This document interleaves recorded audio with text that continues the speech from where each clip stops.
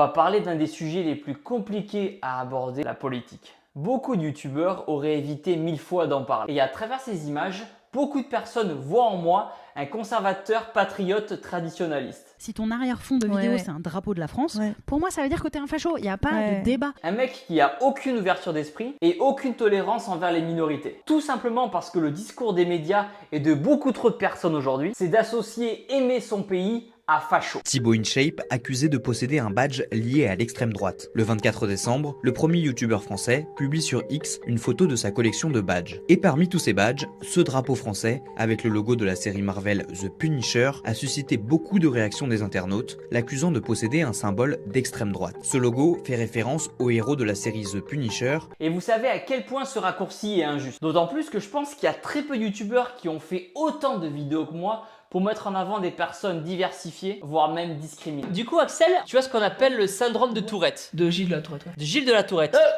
Du coup, combien tu mesures? 1m30. Je préférerais mourir que de revenir en arrière. Je trouvais pas ma place, je me sentais différente. Par semaine, tu vas chez l'orthophoniste? Une fois, et ça dure 1 heure. Et tu sens que ça t'aide, toi? Oui, parce que je travaille,